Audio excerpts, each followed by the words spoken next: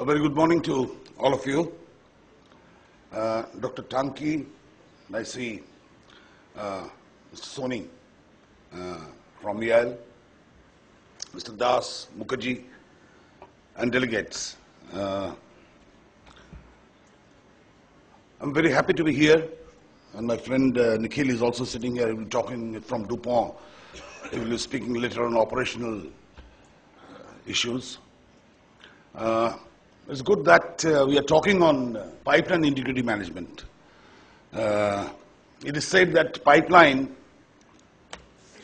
is the safest mode, most economical mode, environment-friendly mode of transportation.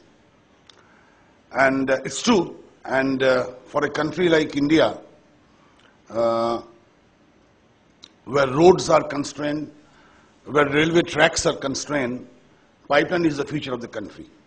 Not only for our country, but if you look at any Western countries, developed countries, pipeline is the mode of transportation, particularly for oil and gas sector. We all work in a highly hazardous industry. So therefore, this is the safest mode of transportation, eco-friendly, environment-friendly. The question is to be asked today is whether they are really safe. That is the question we have to ask. And therefore, in that context, the issue which you are addressing about the integrity management of pipeline assumes paramount importance. I come from, basically from industry, but today I am in our Industry Safety Directorate. Basic job of ours is to prepare standards, one part of the job, to make various standards which are followed in the oil and gas industries. And we have functional committee members in which various engineers India is also participates besides the experts from the field. We also carry out various audits. We carry around 200 audits in a year.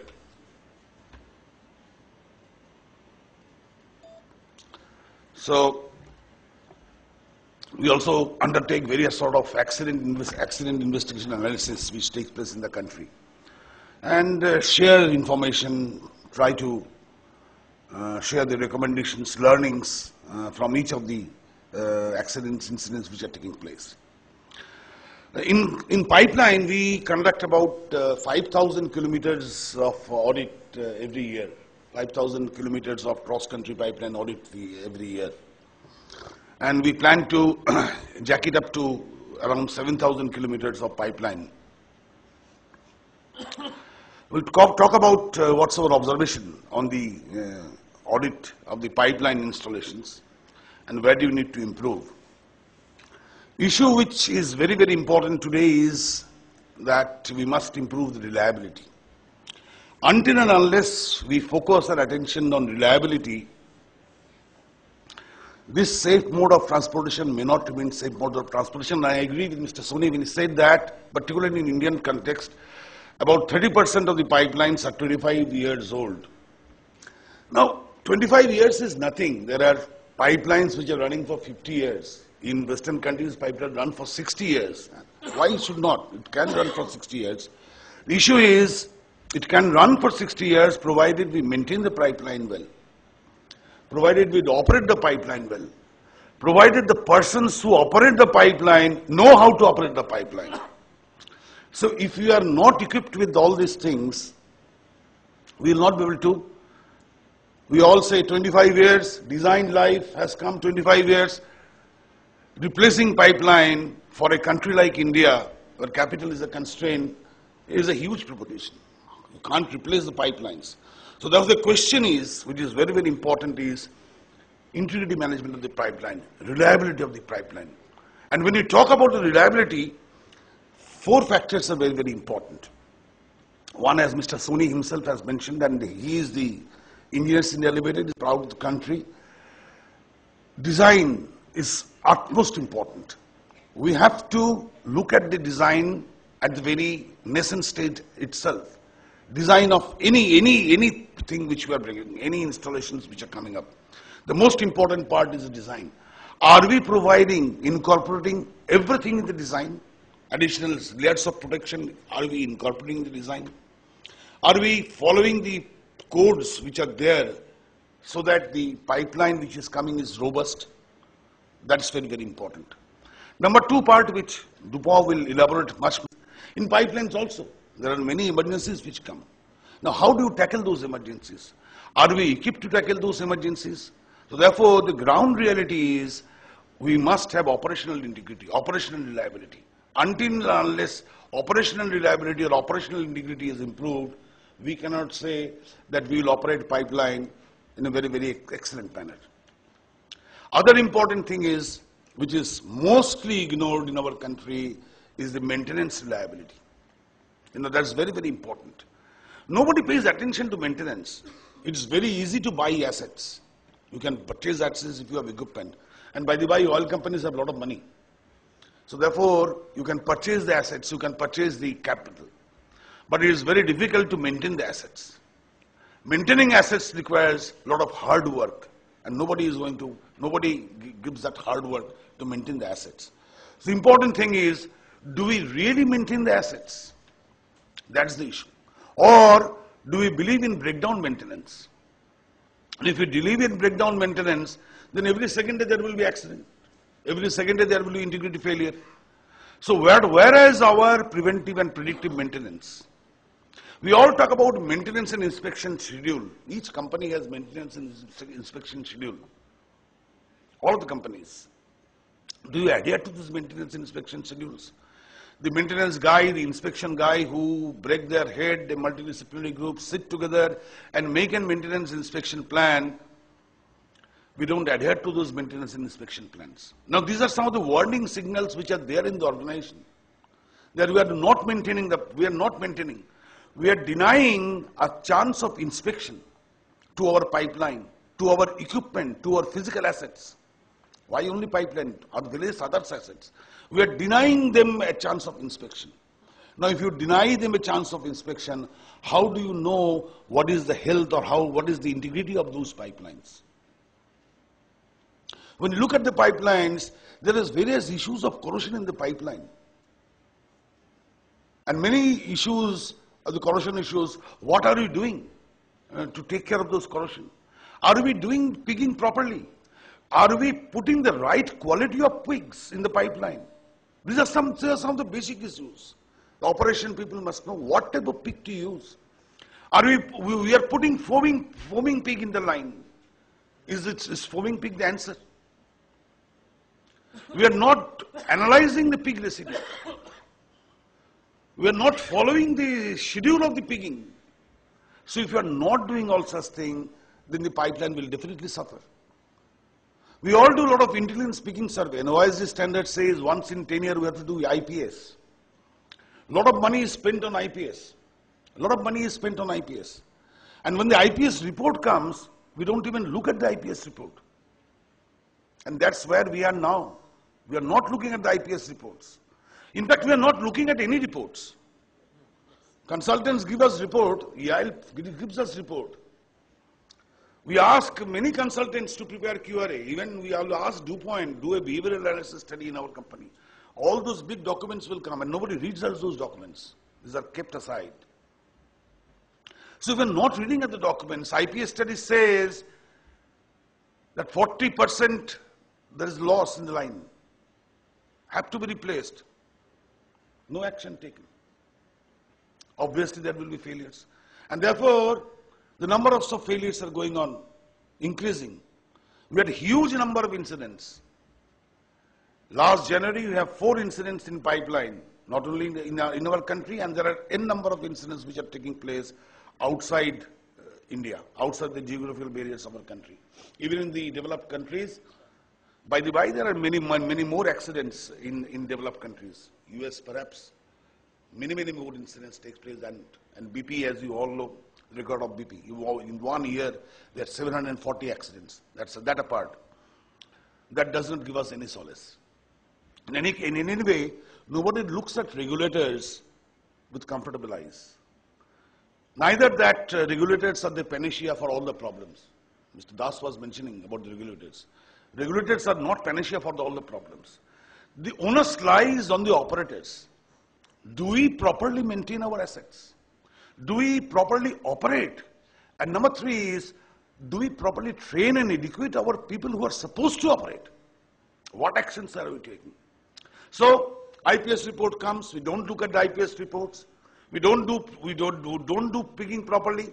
Not only we don't do pigging properly, when we don't analyze the pig residue. Today, one of the most important issues in the pipeline is the corrosion. And there are both intrusive and non-intrusive methods of looking at the corrosion. Intrusive methods, putting probe in the line, etc., they are there. But non-intrusive methods have come today, which are very, very good. Very recently, we had a discussion with Mr. Soni, with the Russian counterpart. They have come out with a very good technology. It measures the stress, residual stress in the pipeline. And from the residual stress in the pipeline, they say that what is the level of corrosion? It's not UT technique. It's not ultrasonic technique.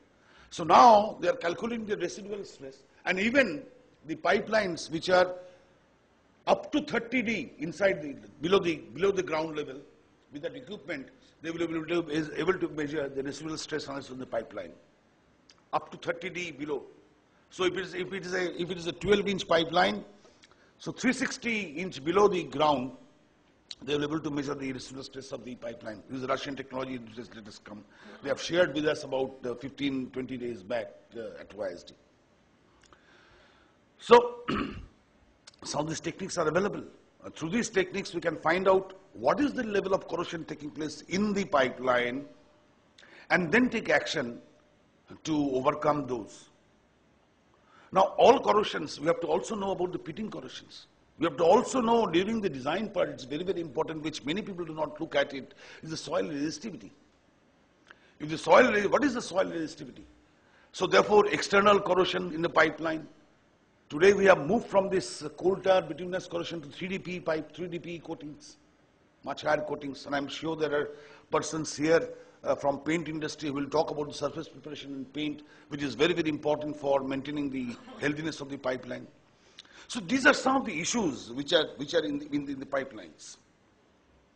Cathodic protections are there in the pipeline, but CPs, are they maintained? We have to ask questions to ourselves. You have remote operated valves in the pipeline, sectionalizing valves. Now when some incident takes place, this sectionalizing valve does not operate. And we know that sectionalizing valve is not operating. These are some of the signals which the company has, the operators have. But we have not taken timely action to rectify those sectionalizing valves. And therefore the disaster, which could have been much less at GAIL Tadipaka, had the sectionalizing valve been closed quickly, remotely operated, didn't take place.